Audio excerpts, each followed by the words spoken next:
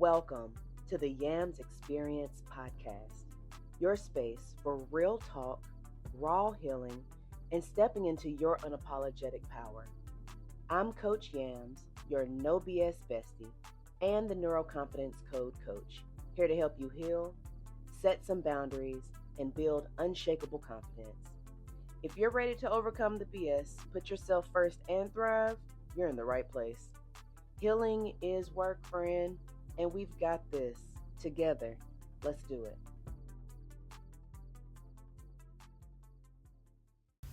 Hey friends, welcome back to another episode of the Yamz Experience podcast. This is episode 2 in the mini-series that I forgot to tell y'all the name of in episode 1. The name of this series is The Gratitude Reset, Small Shifts, Big Impact. And so in episode 1, we talked about the power of gratitude. And in this episode, I'm going to go into cultivating gratitude during hard times. So as we get into episode 2, I am going to dive into a tough question, which is, how do you find gratitude when life feels overwhelming or unfair? I'm here to say that gratitude does not mean that you ignore pain. It means that you allow space for different emotions to go on simultaneously. So on the one hand, you can acknowledge whatever struggle, trauma, frustration, hardship that you're experiencing, while also finding the small bits of joy, the things that are worth celebrating and being excited about. So for example, this year, 2024, everybody's life has been lifing, because life be lifing. That's what it does. And there was a time in particular this year that was especially difficult. And I believe I mentioned it in episode 1, where I just did not feel supported by the divine spirit, however you call it, because it just felt like my exterior world, like outside of my house and, the environment, felt like it was exploding. It felt like it was going crazy. And in that time, even though it felt really shitty, I didn't allow myself to stay there. I did get back into my gratitude practice. And I want to just say that there are times where I may do it daily. And then there are times where I may not do it as often, but I still integrate it into journaling. So there's no right or wrong way to do it, but consistency helps. So anyway, during this particular difficulty of exterior world exploding and going to shit, I had to practice gratitude, because old me would have been depressed and would have stayed in the bed and would have cried and would have felt hopeless and like, woe is me, what am I gonna do? It can't get no worse, blah, smallest violin in the world, right?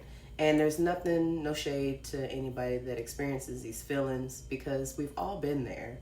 However, because I have worked on myself and because I have gone through the process of picking up tools that will help sustain me when things are hard, gratitude is one of those tools that are helpful. And so then I'm able to reshift my focus.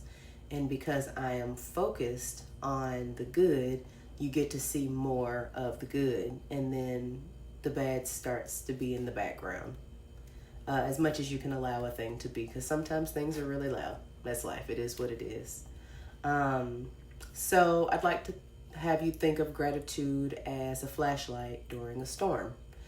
It doesn't make the storm go away, but it does help so that you can see your way through. You can see how to move through the house or through the woods, or to get to the breaker box to cut the lights back on, whatever. You get what I'm saying. I have a little piece of homework for you, / a task, if homework rubs you the wrong way. Piece of growth work. How about that? Let me give you some growth work.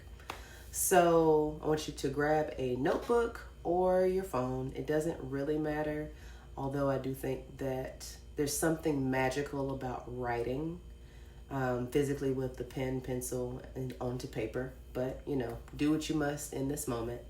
And I want you to answer this question. What is one lesson or some kind of a silver lining that may be hidden in a current challenge that you are experiencing?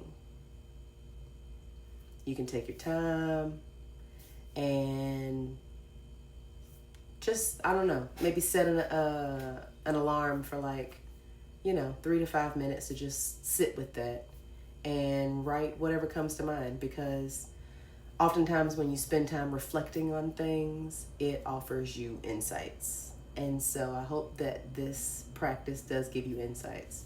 And even if you can't see the silver lining, the positive, the lesson in your immediate circumstance, know that you keep on living and it will reveal itself to you. Because oftentimes, if you have not figured it out in this particular current challenge, it will circle back around and present itself to you again. That's what I've got for you today. If the episode today resonated with you, let's keep the conversation going. I would love for you to share any gratitude lessons with me, any new practices you may have. To do that, go to any of the social medias except Twitter/X. I don't use that one. I have a profile, but I don't use it. Go to any of the social medias and type in Coach Yamz, Yamz, and you'll be able to find me. And let me know what your gratitude lessons and practices and new habits and maybe an insight that you got from the episode today. And join next week so that we can get into how to make gratitude part of your daily habit. And I would also like to ask that you like, share, and subscribe to this episode via, if you're listening to it on YouTube or through the podcast methods. If you could like, share, subscribe, send it to somebody, leave a review, let some people know. That would be really helpful, so that more people can gain access to this information and improve their lives, because we are all trying to figure this thing out. Final thing that I will say is, if you could ask yourself, if you or anyone you know needs someone to help support them through developing a gratitude practice, or if you need help or support through